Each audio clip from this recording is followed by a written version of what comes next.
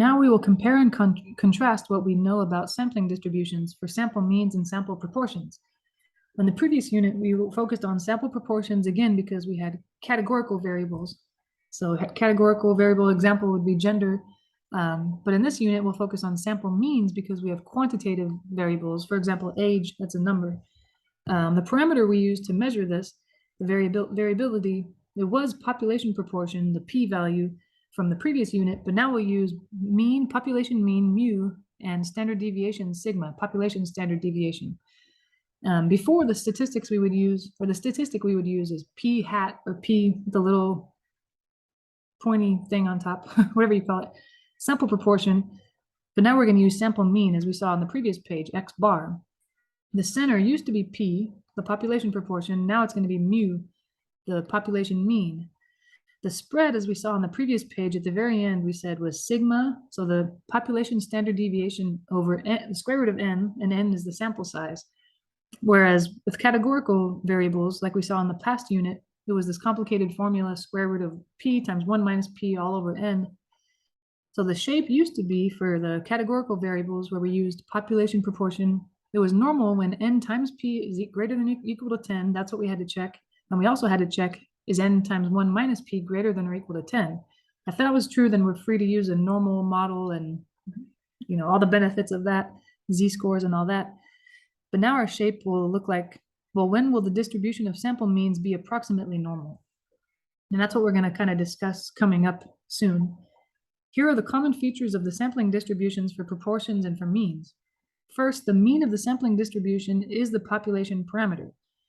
The standard deviation of the sampling distribution is affected by sample size, with the statistics from larger samples having less variability, as we saw in the example on the previous page with histograms.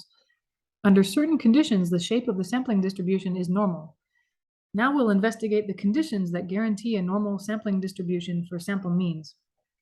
The shape of the sampling distribution of means. Okay, let's scroll down. There's a simulation below, but we'll talk about what's coming in that. When we discuss the sampling distribution of sample proportions, we learned that the distribution is approximately normal under certain conditions. Like we said, n times p has to be greater than or equal to 10, and n times 1 minus p has to be greater than or equal to 10 as well. In other words, we had a guideline based on sample size for determining the conditions under which we could use a normal curve to do probability calculations for sample proportions. Now we investigate these questions. Okay, when will the distribution of sample means be approximately normal? Does it depend on the size of the sample? What happens if the distribution of the variable in the population is heavily skewed? The following simulation video helps us investigate these questions. So we'll look at that, and that will help us. Now we'll discuss the simulation. Okay, so maybe pause, go watch that little video, and then come back and we'll resume this video. The discussion of the simulation. Are you surprised that a variable with a skewed distribution in the population can have a sampling distribution that is approximately normal? This discovery is probably the single most important result presented in introductory statistics courses. It's so important that it has a name, the central limit theorem.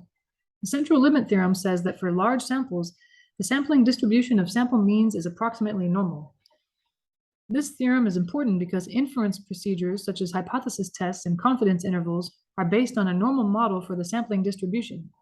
The central limit theorem assures us that we can use a normal probability model for sample means without knowing anything about the shape of the distribution of the variable in the population.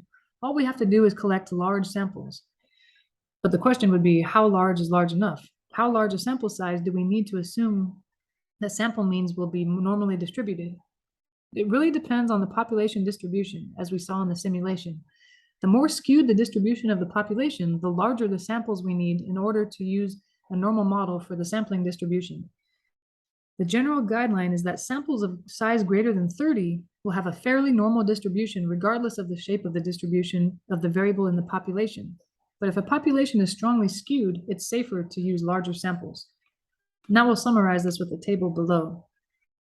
So in summary, now we're ready to complete the table comparing the sampling distributions of proportions and for means by describing a condition for normal shape.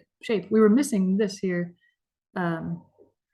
So comparison of sampling distributions for sample means and sample proportions. So we said before, and with a categorical variable, our parameter was population proportion, but with a quantitative variable, our parameters were two things, population mean and population standard deviation, mu and sigma. Before it was just p. The statistic we would look at would be sample proportions, p hat. Now we look at sample means, x bar. The center, previously with categorical variables, was p. Now it's mu with quantitative variables. The spread used to be this complicated formula, square root of p times 1 minus p over n. Now it's this fairly simple formula, sigma, the population standard deviation, divided by the square root of n. It's normal if n is greater than 30. Always normal if the population is normal. In summary, for large enough sample size, the sampling distribution of means is approximately normal, even if distributions of the variable in the population is not normal. If a variable has a skewed distribution for individuals in the population, a larger sample size is needed, it ensures that the sampling distribution has a normal shape.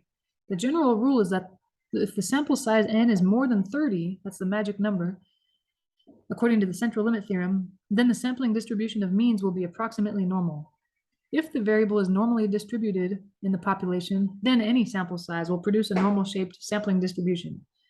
So if you graph it, it looks normal, then it doesn't matter what n is. We can use a normal shaped distribution. But if it's the population's graph doesn't look normal, then we'll just ensure that our distribution of sample means will be normal by making sure n, our sample size, is larger than 30, and that should allow us to use a normal model.